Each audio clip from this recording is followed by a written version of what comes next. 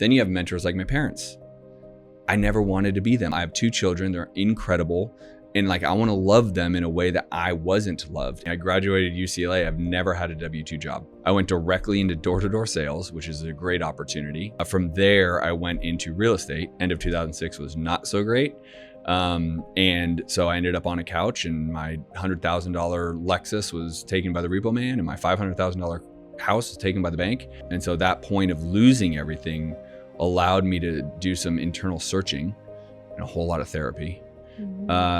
To say, I'm going to go create a fucking epic life. Those lessons to say, okay, I deserve more and I want more, come out of a place of my childhood. My mom was an alcoholic. My dad was an alcoholic. My stepfather was an alcoholic. I remember waking up in the back of a car in a parking lot because my mom had to sit in a bar all night and drink. And I was, 4 or 5 years old. And that lesson I had to learn, unfortunately, through not being loved, seen, heard, felt, comforted as a kid should be, led me to who I am today as a parent and a business owner. So I'm sitting here with Justin Colby, and I actually met him through one of the masterminds that I'm a part of called The Family. And then we just have so many mutual connections and friends. And one of our friends is sitting here today, Adam. And it was just time that we got together. So it worked out great that you're here in Scottsdale today. And thanks for being on the show. Well, thanks for reaching out and inviting me. And thanks to Adam putting us together. Adam Williams, everybody. Yeah, Adam Williams and Dana. And Dana, Adam and Dana, the power couple here in Scottsdale. I love it. So happy to be here. Thank you. And Justin's amazing. He's a real estate mogul. He's been investing in real estate for almost 20 years now, done about 3,000 deals. He has over 50 single family rental properties, a handful of apartment complexes, a storage facility, I believe, as well. He's a national bestselling author. Flipping to Wealth is his book. You should definitely read it. And he's also the host of 2 of the top 10 podcasts on Apple. So with no further ado, you're just incredible in all areas. So I'm super excited to dig into your life and your story, and you also do coaching and mentoring for people to learn how to wholesale, flip, fix and flip, and buy and hold. I believe everyone should be a full, what I call a dynamic investor. I don't really believe in just do the one thing anymore. Yes, wholesaling is great, and that's where the masses go because they think they need money and credit. But you can fix and flip with none of your own money. You can buy and hold with none of your own money. I've been doing it for years.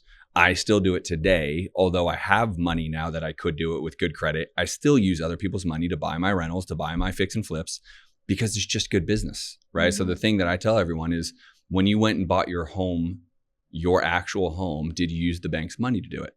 Well, yeah, but I put down 10% or put down 20%. Okay, great. Well, when I bought my first home in 2006, which says how old I am, the banks were giving 100% financing. Literally, I got a Wells Fargo loan. Yeah. All I had to do was cover closing costs. I think I bought my first $500,000 home, my own home. So if the banks were willing to offer it and everyone was willing to take it back in 2006, why would you ever treat investment properties any different than your own home? Because if people just have this mental block when it comes to borrowing private capital versus borrowing bank capital, as if there's worse or better. It's just still getting a loan, right? And so I just tell people, be dynamic. Don't just do wholesaling. Don't just do fix and flip. Don't just do buy and hold.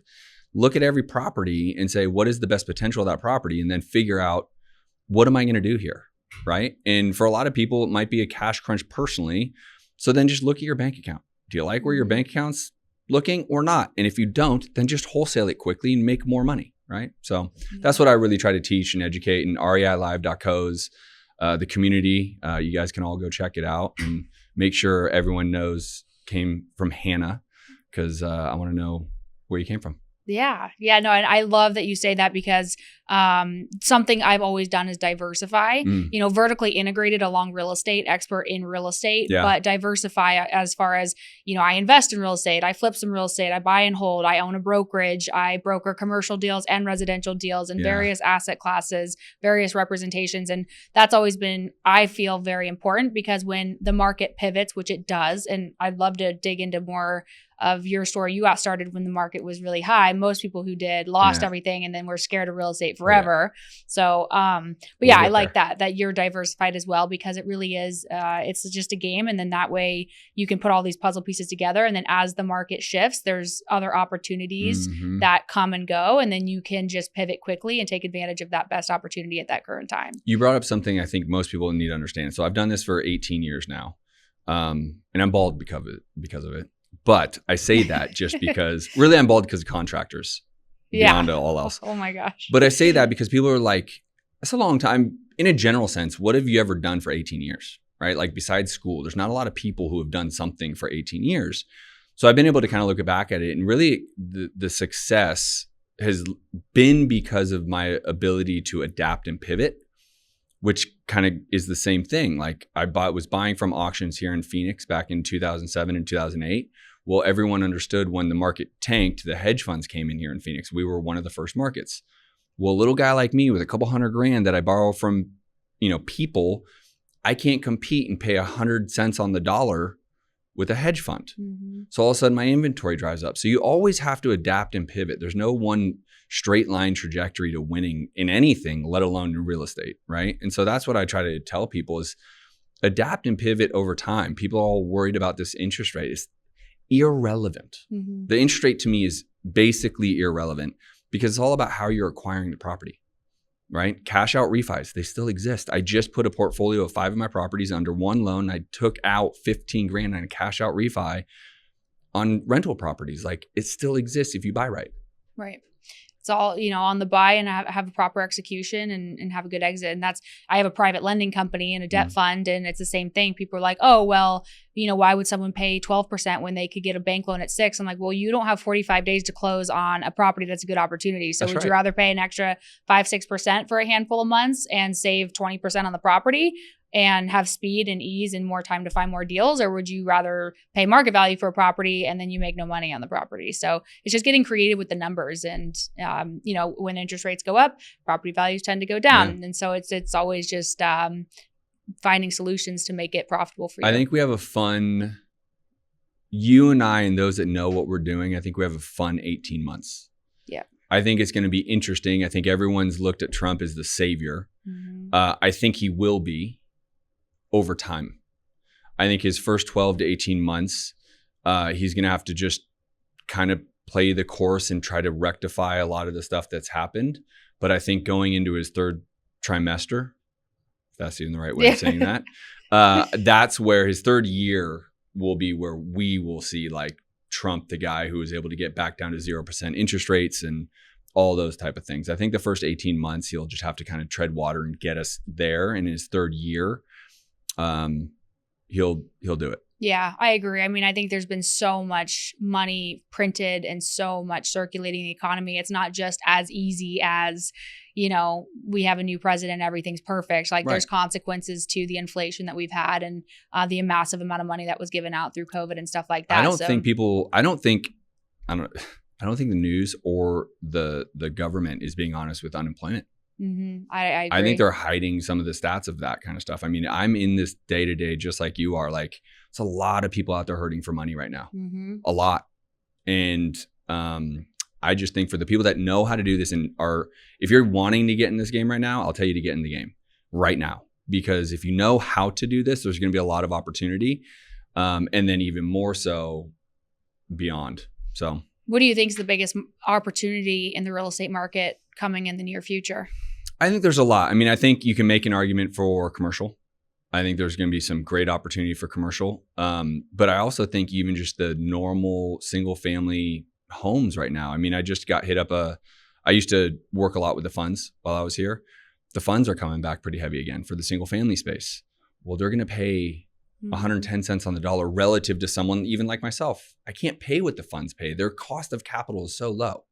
So why wouldn't I just wholesale everything to the fund or double close? I'll close it out and sell it back and I'll go make my 25 grand because they'll overpay on something I can't. Mm-hmm. So I think there's opportunity in commercial. I think that'll be a big play. That's where I'm going to be driving a lot of business for myself. But I think the low hanging fruit is single family will always be there, especially over the next 18 months. Yeah. And if you were to start over again with no network, no money, no properties, anything like that, what would your advice be to somebody like to make their first $1 million into real estate or just to get started in the business in general now? Great question. There's 2. Network like crazy. Understand who are the needle movers and go get next to them, right? Like me, for example, we actually buy real estate. We actually do the thing. I like to tell people go get next to us. Like I did a training last night for totally free. I literally did an hour of analysis on properties. We did 4 different properties. I basically took 25 minutes on why it's a deal, why it's not a deal, what is as-is value, what is rehab value. Here's my buy box, my actual buy box. I was showing it on the Zoom. Like, here's why I would buy this. Here's why I wouldn't buy this. Getting next to those people with intention, point number 1, do that. But then the other thing is go create the opportunity. You provide me a whole lot of value if you can go find me a deal to buy. A lot of value. And you'll make a lot of money doing it. I have members in my community that make a ton of money off of me because I show them how to do it. And then I go buy it from them. And I don't care how big the wholesale fee is. They can make, I had one guy make $33,000 in November off of me. I don't care. Great. Here's your, the coaching paid for itself a bajillion times over. Right. And so I say that to say, if you are a marketer, if you are a lead gen specialist, you don't need to know everything I know or what Hannah knows. You just need to go find the opportunities. It could be with realtors. It could be direct to homeowner. And then find the people who could move on those properties. Whether you wholesale them, and everyone says, start with wholesaling. Okay, fine. You can. But go line that up for a couple deals.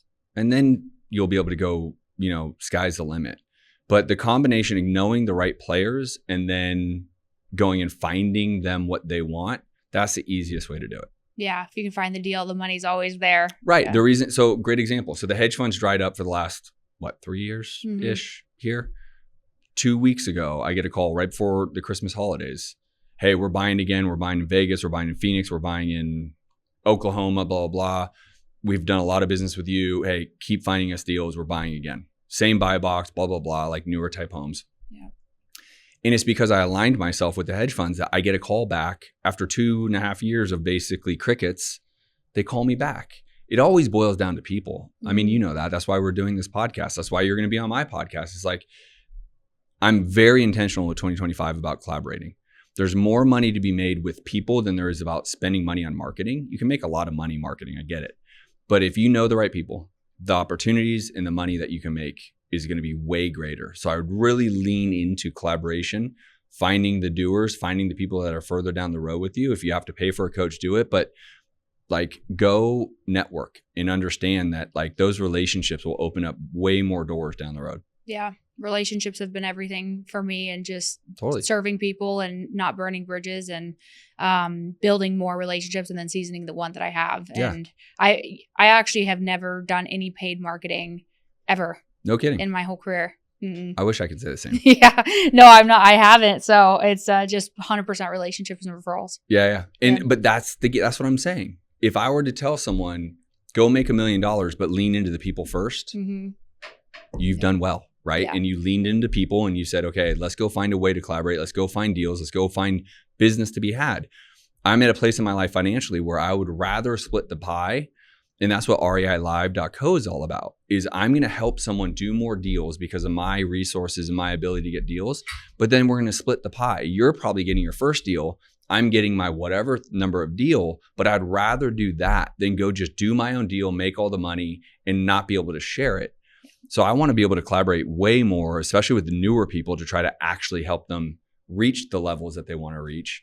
But even at our level, like, I want to collaborate with everybody. I mean, mutual friend Andy, where I'm heading from here over to Andy Elliott's. Zach Keeps, I'm going to tell, so I just want to be able to do more. And I think people need to really lean into collaboration, working with others. Yeah, I agree. And it's so much more fun. Like, it's so fun to do it with each other and to win together. So I have like this rule: make money, have fun, do good. Do good by others, have fun doing it, and make a whole lot of money. I mean, if you could just do that, isn't that like the perfect kind of life for an entrepreneur? Yeah, it's the dream. And so many people struggle. I think in entrepreneurship, and this is a lot of what I talk about in a lot of my personal journey of excellence and fulfillment and the pursuit of both of those, right? So many entrepreneurs think that they'll find fulfillment through their pursuit of success. And then every time they hit a new success, they lack the fulfillment. Totally. And once you start to feel the fulfillment, it doesn't actually drive more success, because you're like, this actually feels really good right here. I don't need to go chase more. You're always chasing. I was just sitting down with a friend about this, and we were talking about it, is when's enough, right? And there's the A-type alpha, never, I'm going to go more. And fine, I get it. But most people aren't that, right? So Jen Gottlieb is a friend of mine, and we were talking about like, when you get to a place where you're genuinely financially do whatever you want, have the and you're happy, pushing more just for the sake of pushing more doesn't provide any more value. Now, I play that line because I still am nowhere near the goals I want to get, although I've done very well. I would need to go way further for where I want to get going. But it's not out of need. Now it's more of a, I don't want to call it legacy, but like kind of what else am I going to go do? Yeah, it's the love of the game. Yeah, I do love the game, right? And by the way, the game's not always easy, right? Like I've taken plenty of L's in 18 years. I've taken an L just this last year that was just more of a relationship L. We went down a strategic partnership that didn't work out well, and that sucks. But, you know, the game isn't for everyone either, right? I want everyone to also know that. And that's the entrepreneurship game, not necessarily real estate, but just being an entrepreneur. Yeah. You got to be able to have thick skin, tough stomach, like, it is not always puppy dogs and rainbows. None of us who have been on this podcast shit gold every day. Like this is like, it's work, real work. It looks glamorous, right? This all looks amazing, but this is part of our work because you and I know the value of people. But anyways, it's not always just a direct uphill straight line, right? You know that you and I have seen it a million times. Not emoji, but you know the little image of like the straight line to success and then all the squiggly. Yep. Right? I mean, that's the perfect definition of what it takes to win as an entrepreneur. Yeah. And it's, I always like the quote that life is like a heartbeat. It's filled with peaks and valleys because once it's flatlined, you'd be dead. I like that. Yeah. So just embracing the hard times, embracing the failures, the lessons, the difficulties. But, you know, I think it's easy for me, like success was an addiction.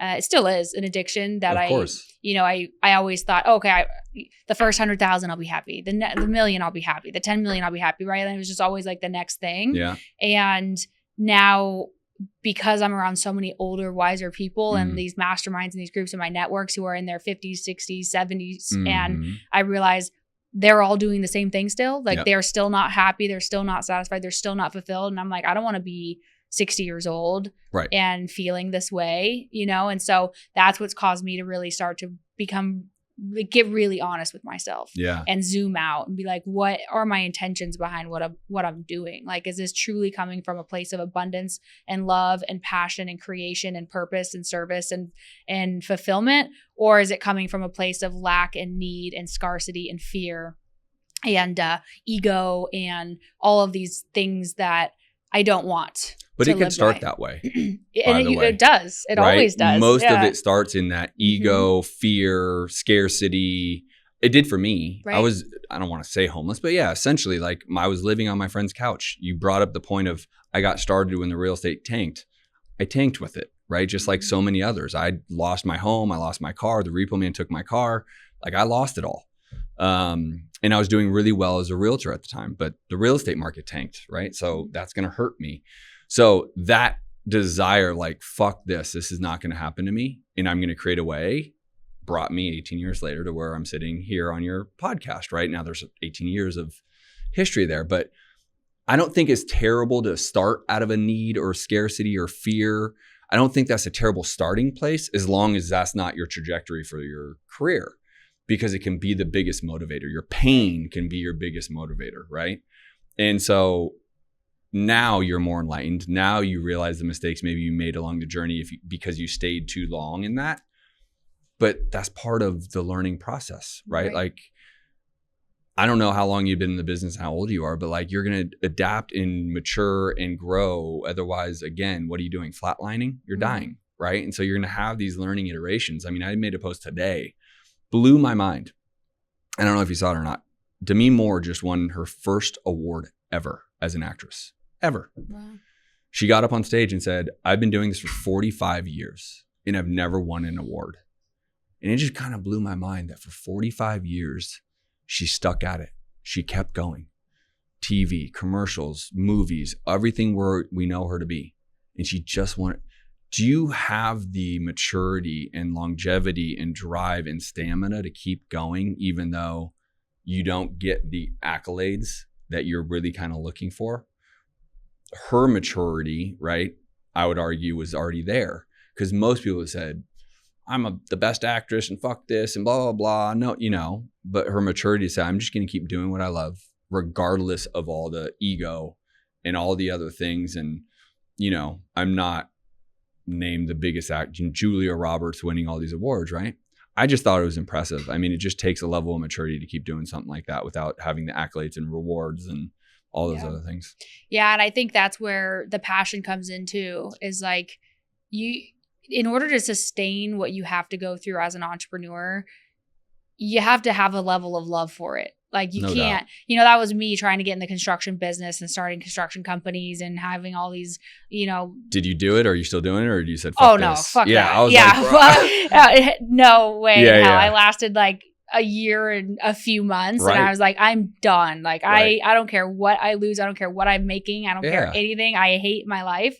And I had no passion for it at all. I was just doing it because it was money, you know? And so, there has to be a love of the game. And if you don't love the game, that was a big mistake I made in the beginning, was I was just chasing money. Like I became an engineer because I knew an engineer and they had a lot of money. So I was like, I just want a lot of money. I'm going to become an engineer. Totally. Had no passion for engineering, ended up quitting engineering. Then it was the next thing. I was a mining engineer for construction. So I'm like, oh, I'll start construction companies because he's a billionaire. Like this sounds cool. Right. And absolutely hated it, you know, and the one thing that was always consistent for me was real estate. I always was doing real estate and I always just kept going back to it, never quit it. Yeah. And then just started to pivot into directions of real estate that I really enjoyed, like commercial, you know, real estate and just investing and value add and stuff like that. So that passion is important for longevity. You have to for any type of longevity, right? Because again, it's not always perfect, right? Yeah. And so the life of an entrepreneur is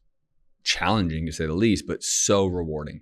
Because so fun fact about me, I graduated UCLA. I've never had a W-2 job ever. Wow. I went directly into door-to-door sales, which is a great opportunity. From there, I went into real estate, which we talked about in 2005. 2006 was great. End of 2006 was not so great. And so I ended up on a couch and my $100,000 Lexus was taken by the repo man and my $500,000 house was taken by the bank. But those lessons to say, okay, I deserve more and I want more come out of a place of my childhood, because I never went without in my childhood. My mom was an alcoholic. My dad was an alcoholic. My stepfather was an alcoholic. I don't have incredibly terrible stories, but that's not an easy childhood, right? I remember waking up in the back of a car in a parking lot because my mom had to sit in a bar all night and drink. And I was, 4 or 5 years old. I say that because I realized, when I did lose everything, back to this like point of like pain, I was not willing to create a life that led anywhere near that. Right now, it's not about the alcohol, but it's about like wanting more. Like, don't let your circumstances or all the other things dictate whether you can go achieve it. Just go out and achieve it. And so that point of losing everything allowed me to do some internal searching and a whole lot of therapy. To say, I'm going to go create a fucking epic life. And I chose real estate. It's not for everyone. I just love real estate. To your point, like, name the billionaires. Almost all of them have a massive portfolio of real estate. Yeah. Some of them got created like a Trump. It was created through real estate. And others are like, it is the best asset to put anything in. So I'm going to go take all my fortune and put it into real estate. Right. So when did that drive begin for you as a child? I mean, I talk a lot about and study Dr. Gabor Mate, who's a therapist, one of the most renowned therapists on addiction and trauma and healing and all that. And he says the primary trauma in most people is simply not feeling seen, heard, or protected by their parents when they're just a toddler. So it doesn't need to be extreme abuse or things like that. Right. And so and because we don't feel loved or seen or heard from our parents, that is what causes that need for proving our worth, or that deep-rooted insecurity where we have to prove it to others and to ourselves, and become so disconnected and kind of give up our authentic selves to be loved by the people that are around us. Yep. And even society in America is toxic in itself with how it's so rewarding towards, success and things. So were you like a troublemaker kid, or were you always like, I was an overachiever, hyper overachiever, reading Rich Dad Poor Dad at 13 years old. Wow.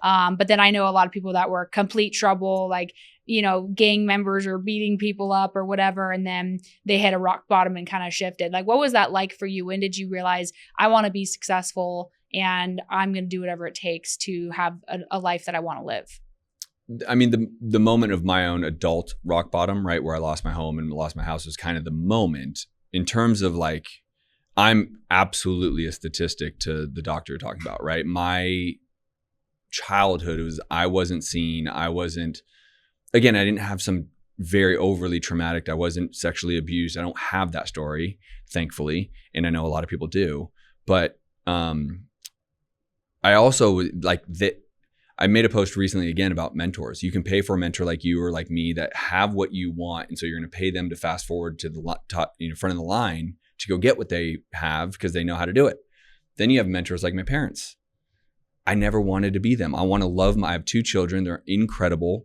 And like, I want to love them in a way that I wasn't loved. And that lesson I had to learn, unfortunately, through not being loved, seen, heard, felt, comforted as a kid should be, led me to who I am today as a parent and a business owner. And so, the interesting thing is sometimes I look at it where I'm at and where I could be potentially if I was like a shark killer beast business guy and I don't give a fuck and I'm going to come after your throat all the time.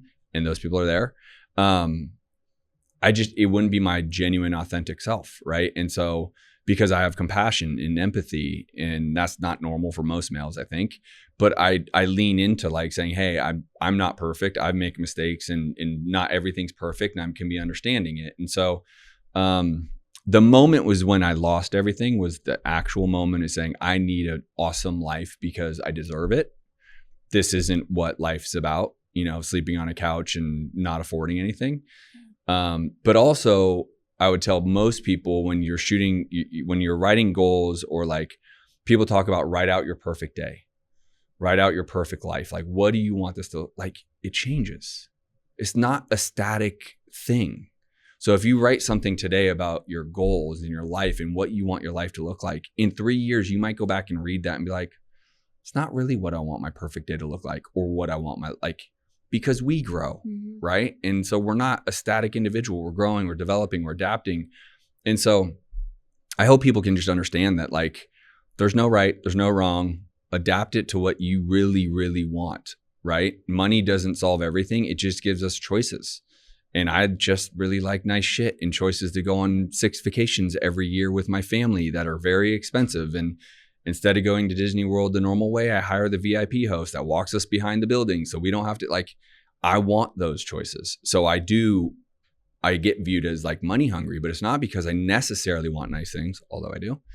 It's because I want the choice to be able to do the things I want to do. Yeah, I'm the same way. And money's just a tool to have freedom and the choices to live a life that you want to live. And we have one life, so might as well have an amazing life. And I think that's the thing is like that line of money doesn't buy happiness. And it's like, well, money buys me happiness all the time. It can't buy that internal, like deep rooted fulfillment and joy and peace inside. I saw your post today, whenever you talked about your car.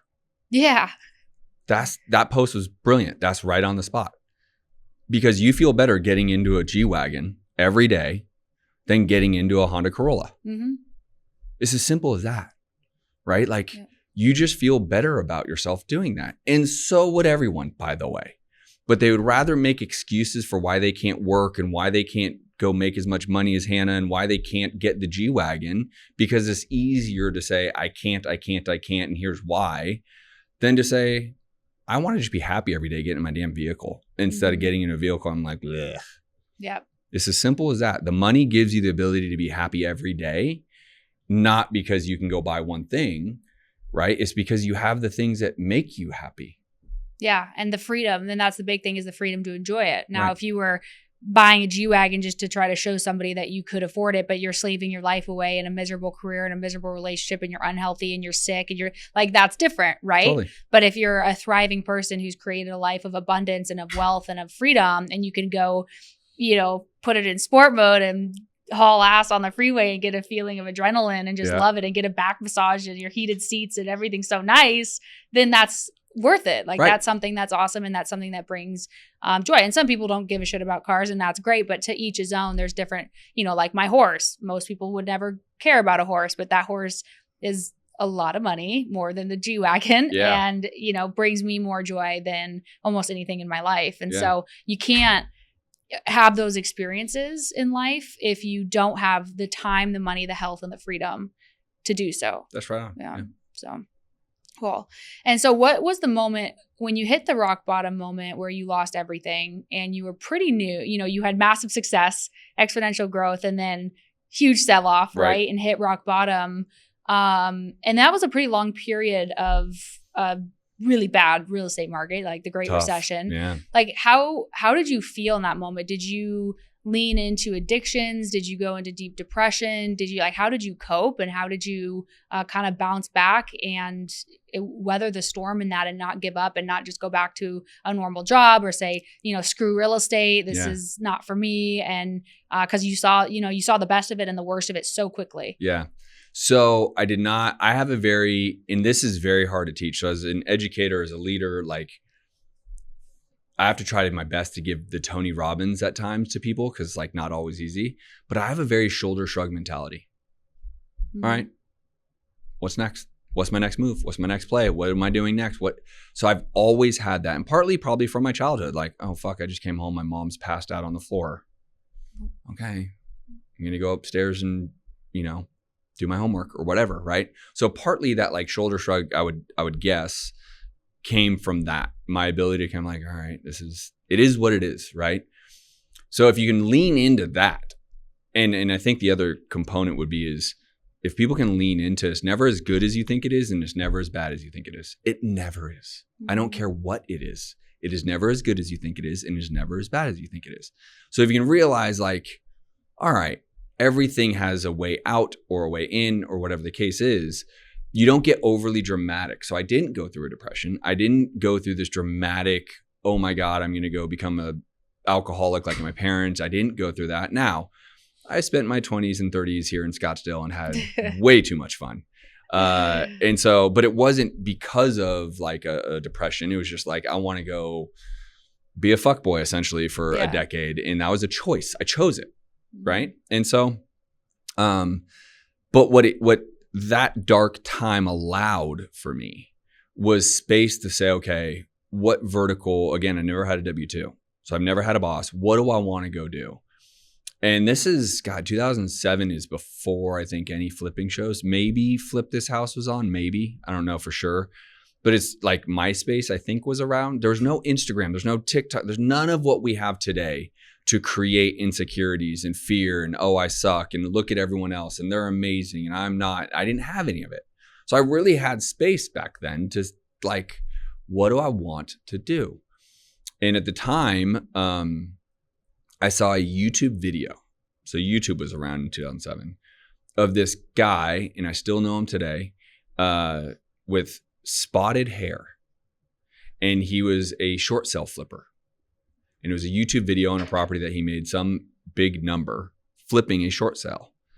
And I'm like, holy shit. Because obviously being in real estate, I realized there's a lot of financial pain. People are losing homes and banks had to figure this out. And I'm like, real estate investing. That's what I want to do. Because as a realtor, I never liked driving people around. I don't know many realtors that do. Yeah. They deal with it and they can be good at it, but they don't love that part, right? I didn't like doing open houses, etc. And so I was like, dude, I don't want to be a realtor, but I do love real estate. And I know it creates billionaires and a lot of money and blah, blah, blah. So I saw this video. Simultaneously, the circuit of real estate investing seminars started coming out, right? And I saw the video. In the video, there was an ad for a product called Freedom Soft. So I called my grandfather, because I have no money, for $1,000 to buy Freedom Soft. Well, when I bought it, they gave me 2 tickets to a seminar. Shocker. So I bought it thinking, okay, I'm going to get all my short sale leads in because I'm a realtor. I know how to and then I'm going to whatever. So it was basically a CRM. So I go to the seminar for 3 days, which is a long seminar now, and they're selling $25,000 coaching. And I call a friend and borrow $25,000. Oh my God. Yeah. That's a good friend. It's a great friend, by the way. Yeah. And it speaks volumes of who I am and then who he is, right? Mm-hmm. Like he trusted me with $25,000, but he also was willing to give it to me. Yeah. God. So that was kind of the scenario. And then I said, well, shit, I got to get him his 25 grand back. And then when you put yourself in a corner, at least for most people, myself, like when you're in that corner, there's only one way out. Forward. Like you got to get out of the corner. And so when I borrowed the 25 grand, it's like, I can't, there's no failing. This is a friend of mine. Borrowing money from your parents would almost, and my family never had enough money to borrow, but you could always be like, oh, sorry, mom and dad. Mm-hmm. You can't really do that with a friend. I mean, you could. Yeah, if you want to lose a friend. All right. Yeah. And so I had to go make it happen. And it wasn't easy. And it took 9 months to get my first deal. And trust me, the friend conversation started to get a little squirrely, right? Like, hey, dude, how's it going? Is my money coming back anytime soon? I'm like, I'm working on it. But then I started to, first deal led to an immediate second deal because the best time to get your next deal is right after your first deal, right? And then that started the train of momentum. But, I would almost advise people to put themselves, you don't have to go out and borrow a bunch of money and put yourself in financial harm, but I'd put yourself in a position that you don't have anywhere else to go but to go win, right? And if you can do that, and I don't know exactly everyone's scenario listening to this, but like if you can put yourself in a scenario like, I have to win because of this scenario. So one of my first coaches told me this. Actually, Michael Burnoff? Yeah. So I love Michael. So we used to share an office suite together. Oh, wow. That's funny. And he's in my Genius Network group. And he's great. So he's incredible. So we just got really, really close. And my first mentor said it one way, but then he really says it that I think a lot of people can understand. So we were sharing an office together and I was thinking about getting a Maserati. And he was like, you have to go do that now. Because you told me that now I'm going to hold you accountable to go get your Maserati. I'm like, damn, man, like, what? Not why? And he's like, because if you put yourself spending, because I think the payment was like 4 times the payment of what I was currently driving or something like that, right? Mm-hmm. He was like, if you put yourself in a financial position of needing more money, guess what you're going to go do? Make more money. You're going to go make more money. And again, I'm not trying to give advice like go put yourself in harm's way and go buy a Maserati and go do these things and run up your credit card so you have to go. Don't do that shit. Don't be dumb. But put yourself in a position that you're like, okay, I got to go win, right? Because as humans, we will likely go win as long as you're mentally strong enough. I don't think people talk enough about the mental strength it takes and the fortitude and the overcoming the negative self-talk and all the other stuff. But I'll tell you, it's always, I had another friend, close friend and business partner. He said, when I started having kids, I was going to make more money than I've ever made in my life. And I'm like, okay, I get it. You got to pay for kids. Oh, he was dead right. Mm-hmm. Because there's something instinctual about like, oh, I got to go provide, not just for me so I can make sure I can eat, but kids and life and vacations. And you get forced in this position of like, I'm going to go create a great life for them now, not just for me, for them. And so, it's that position of like, when you're in those dark days and you're having trouble and like, there's light, but the light's only going to shine on you if you're willing to open your eyes. A lot of people would rather keep their eyes closed and put their head in the sand. It's dark, it's tough, it sucks. So I'm just going to try to ignore how bad this shit is. But if you can open your eyes, you can actually see that there is light coming out of another door that just opened for you. You just actually have to go find the door and walk through it. Mm-hmm. And that's where people break. They don't have the mental strength, willpower, or fortitude to say, okay, I got to keep my eyes open because God is giving me something that it's going to be a gift. It is going to be the new door that I'm going to be able to walk through. And so, and listen, like I said, 18 years, I've taken plenty of L's financially, business partners. I've had 2 business relationships blow up. It sucks. It's never fun. Losing $250,000 on a flip here in central Phoenix, right? Like losing multiple millions on a development play out in Mesa. Like I've taken lumps. I just have the ability to keep my head up, keep my chest out and say, okay, there's light here. It's not going to be easy or fun, but I'll be able to get out of this darkness. And every time I do, and every time I kind of rise up as a phoenix. Yeah. And I love the saying, I forget who says it, but I'm sure a lot of people say it, but think of kind of what you said. It's never as great as it seems. It's never as bad as it seems. If we really, so many people are so afraid to take action that they don't take action. Right. And I don't think it's so much the fear of failure, but it's the fear of embarrassment. Yep. Judgment. Mm-hmm. But if you think about like, what's the worst thing that could possibly happen? And then if that happens, what's the worst thing that could possibly happen from there? Like you go down every scenario of what's the absolute worst thing that could happen. Are you still going to like, what are you going to be? What's your life going to be like? Are you going to be okay? Are you going to be alive? Is it going to be fine? And the answer is yes. And so a lot of our fears are so great, but it's just this anxiety inside of us. But in reality, even if the worst thing possibly happened, like you lose everything, you go bankrupt, you start over, you're still going to be okay. Like you know, you're still there, and you have skills that you can go out and make more money. Like if I lost everything today, I lost my properties, I lost my businesses, I had to restart, I lost my networks. I have all the skills that got me here today, and I could go probably make $100,000 in 10 days without a problem. Yep. And so, or whatever amount of money, at least enough money to put food on the table, you know? So I think that's what's so important. And it's something for me is like, as you make bigger moves as an entrepreneur and you start to scale companies and delegate and you take on more risk and more overhead and liability, and you're more exposed to lawsuit. You know, I filed 3 lawsuits last week, and I'm like, oh, I hate this. I always said I would never file any lawsuits. And I'm like, well, you know, at some point in your business, there's going to be lawsuits if you want to keep growing. And, but just thinking of like, I'm the same way as I don't really have that anxiety anymore, because it's like, what's the worst that can happen? It is what it is. It's really sound advice. So when I lost the multiple millions out in Mason development play, one of my best friends and what I consider a big brother mentor, Kent Clothier, came out, literally flew out. He heard my tone on a call. He called me at random, heard my tone. It's like, hey, dude, I'm going to bring a couple boys out. We're going to come hang out with you in Scottsdale. I'm kind of thinking like dinners, cocktails, fuckery in Old Town. And it turned into like, hey, dude, I know shit's going down. Talk to me. And literally the whole point was, what is the worst that can happen? And he kept saying it. And then I'd say this, and he'd say, okay, what's the worst that can happen? And he did that exact exercise with me. And I got to a point where I'm like, oh, I'm fucking great. Let's roll. Yeah. Because you just really realize like there is no worse, like me and you at least.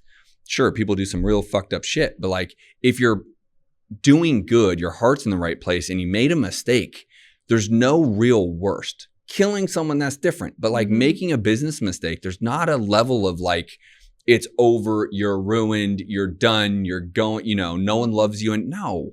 Right. And so that is a great exercise for people to put themselves through and just say, what's the worst if that happens? What's the worst? Right. And so that was great. The other thing is I've been in several lawsuits myself, and I'll tell you, settle every time. Not that you need this advice, but I'll tell you, just settle. Like what plays into is the ego of I'm right, you're wrong. Mm-hmm. And I recently just went through this, right? I'm right.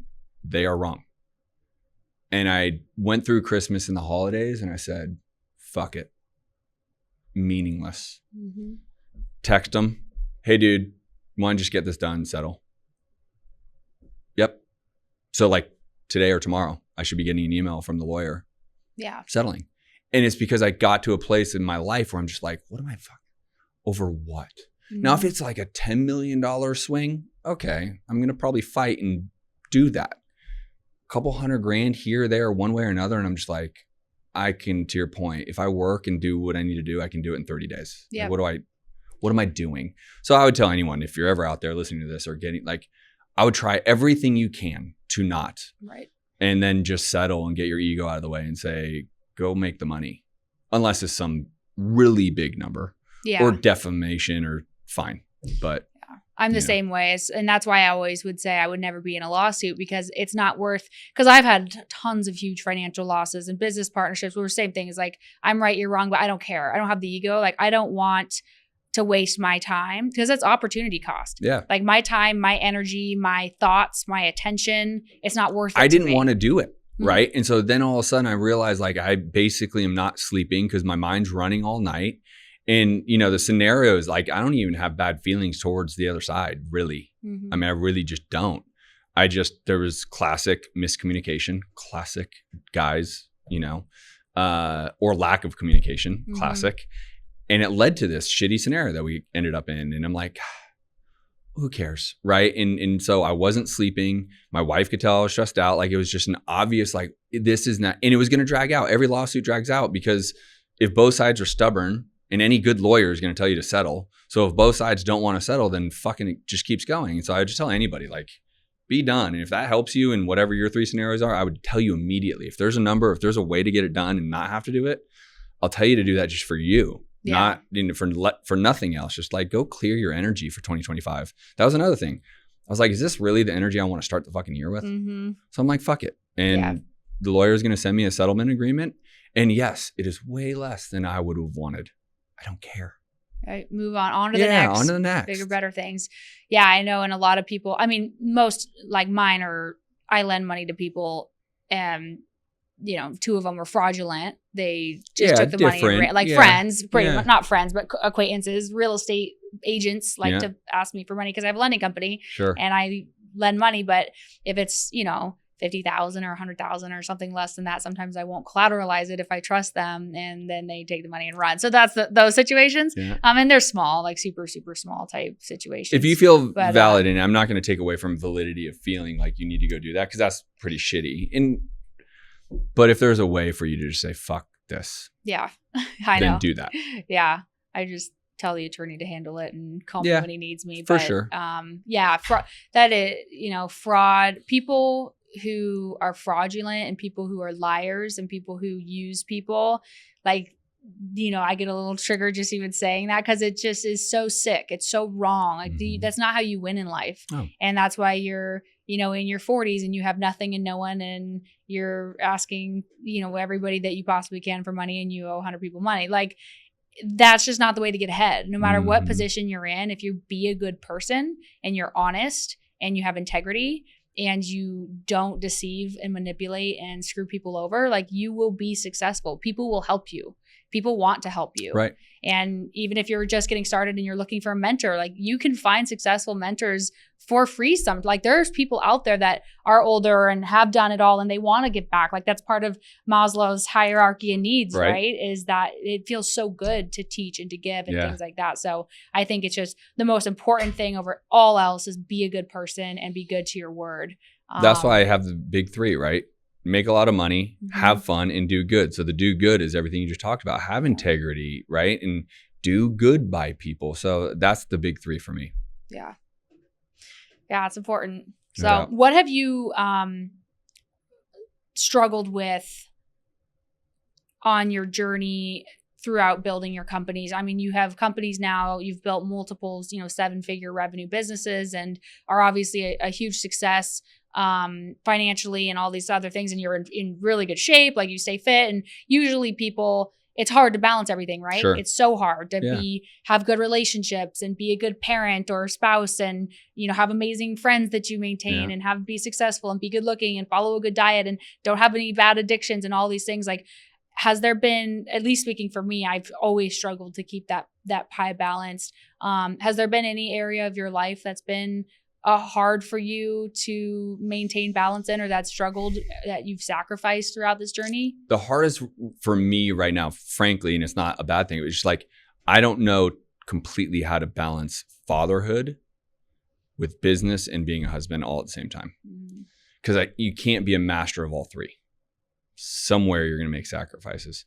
But I'm going to remove that for the sake of the question.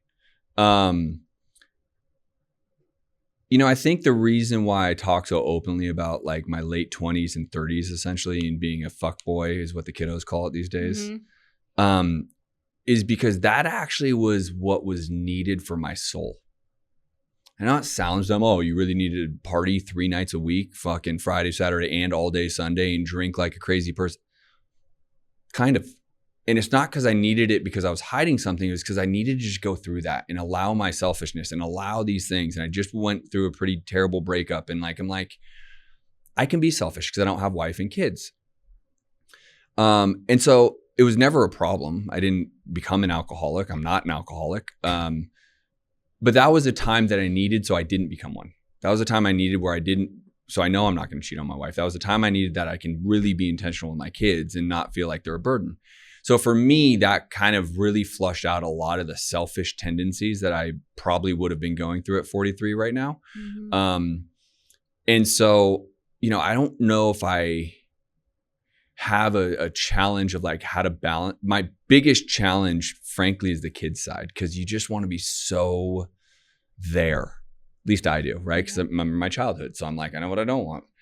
But then I also want to be able to provide this really epic where I can take 6 massively expensive long vacations every year with them, and I can. So there's this balance of like, how do you do it all? And I'll tell you, that's the hardest thing that keeps me a little restless, is like, I want to be more there for my kids, although they're very young and there's not a lot more to do per se. I never miss a recital. I never miss anything my 3-year-old daughter does. Like, I never do that.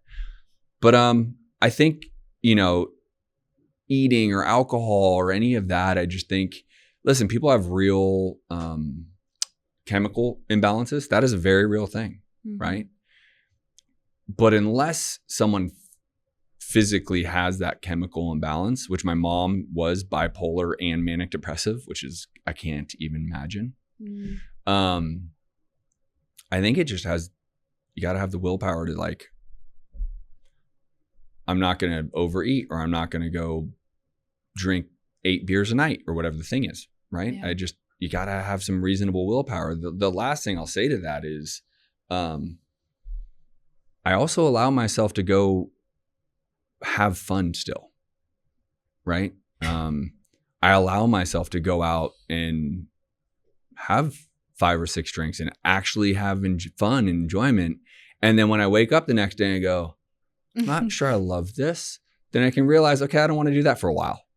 So giving yourself a little bit, like, again, I've never had a problem eating, but the idea would be like, hey, if you're really good on your diet and you eat chicken and broccoli every night, go have your cheat day, right? Because then you'll realize, okay, I'm bloated and don't feel great. It tasted great, but like I'm groggy and don't feel it. Like, allow yourself some of that, because I think most people won't give themselves grace these days. They got to be perfect. Because on Instagram, everyone's perfect, Hannah, duh. Right. Their bodies are perfect and they're making all the money and they never have issues and their marriage is amazing. Their kids never cry ever, right? It's like, okay. So like, I just think, give yourself grace. Go do the thing that society would say, oh, I'm going to judge you. You're eating pizza and donuts. Or go and party for a weekend if you want, if you're single. Like, go do it, right? I mean, the reality is like, this is life. It's experiential. I don't know how much time we have, but I only fly first class. Here's why. You never know who you're going to sit next to. I've met the most amazing people and built the most amazing network because of flying first class. Very expensive. I get it. Worth every penny. Every time, because of people. But I say that because the last trip I took, I don't even remember where I was going, but the guy sitting next to me, he's a financial advisor and he's older, semi-retired. And he gave me this quote that I will quote for the rest of my life: invest in current living. And I'll never forget that. Spend the money, do the thing, have the fun, party in Vegas, do it. Because it is your life and it is finite. And if you don't go do it, then you're always going to have that pit in your stomach, or when the days are ending, you're like, God, I wish I would have. I wish I would. Don't do that, right? That will be your biggest regret, is the wish I would, I wish I would. So go do the thing. Again, like, fuck society judging you because you spent 2 days in Vegas at a pool party and drank too much. Who cares about society? If you want to go do that because that'll bring you some level of joy for that moment, go do it. Or hey, eat your donuts or pizza or whatever. Or hey, whatever the thing is. Yeah. Don't overly judge yourself, right? No one is perfect. It isn't Instagram. It isn't perfect. It's fucked up. It's a mess. It's crazy. It's wild. This is our life. So invest in your current living and live. I'm also not saying be an idiot. Right. So I'm also want to make sure I'm clear with my audience here. Like, I'm not telling you to go fucking party and do all the drugs and be an idiot for 4 or 5 days. Like, that's not healthy. But like, or eat donuts every day of your life, not healthy. So there's a line, and I don't want to be too extreme and jump over it, but I just believe in, like, you have one life and it's finite and it can be short. So go enjoy it. Yeah, I think that's amazing. And it's so true. And so, I used to be just the delayed gratification. I'll do this when, right? I think so many people, like even retirement, they're like, oh, I'll travel when I'm 70 years old and I don't have to worry anymore. And I think it's just so backwards. And all we have ever in our life is the present moment. That's right. And that line is, an investment is supposed to do something that is better for your future. And so it's making the decisions and investing in the things for your current living today that aren't going to negatively impact your future. And so like having the fun, that's a positive impact on your future, because you need to let loose and you need to enjoy life and you need to have fun and you need to take the trip and do the party or have the cake or whatever. And then you make the decision the next day to eat a good, nice diet that feels really good for you. And that's where that investing comes in. And some investments you make and you lose a little bit and then you learn from it and you invest in something better the next day or the next time. So no doubt. I think that's really awesome advice. Yeah. And I was actually going to ask you, like, what's one, I know you said you recently heard that, but throughout the course of your life, like what's one quote or philosophy that you've lived by that's helped you get to where you are and stay on track? I mean, as generic as it is everything is up to you to create. And that probably stems from my childhood again, because I basically had to feed myself and get myself right. Like I had to grow up fast. And so it's just something that, wherever I heard it first, I don't know whether it was Tony Robbins or whoever it was the first time, it just has always resonated. Like it is my choice to create the life I want. It is also my choice to not. If I don't want to work as hard and I don't care about making as much money, it's my choice. There's no wrong or right, but I need to understand what I want. I need to understand what I want my life to look like, and then I have to make the choice to go in that direction. So that's just always, and you got to take a lot of action to get there. And if you don't want a lot, then you take a lot of inaction. But like, if you want what I want or what you want, like go fast, take a ton of action. Shit's going to break while you're doing it. But like, it's always up to you. It's always a choice that you have to make. Yep. Yeah. Love it. And then the last question I like to ask this one is, if you could give advice to your 20-year-old self, what would it be?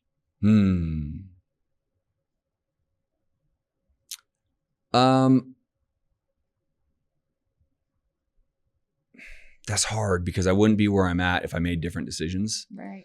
So it's one of those, like, I mean, if I have to give you an answer, I'd say maybe, be done with the fuckery a little earlier.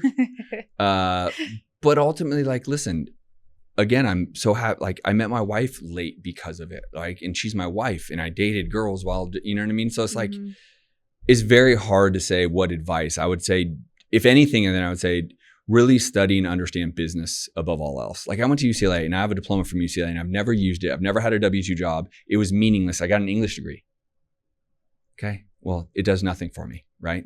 So if I could have leaned into, hey, go and study business, finances, and real estate, and how business and economics, how that all works, I would have told them, the 20-year-old me, lean into that so you have that skill set going into your adult life. Awesome. Yeah. Well, thank you, Justin. It was so great having you here. Yeah. And then what's the best way for the audience to get a hold of you? And Instagram's usually easiest. It's really me. I really communicate with people. So the Justin Colby on Instagram is the easiest way. If you're into real estate and you're trying to get deals, go to reilive.co and I'll help you guys get some deals. Awesome. Thanks, Justin. Right on. Thank you.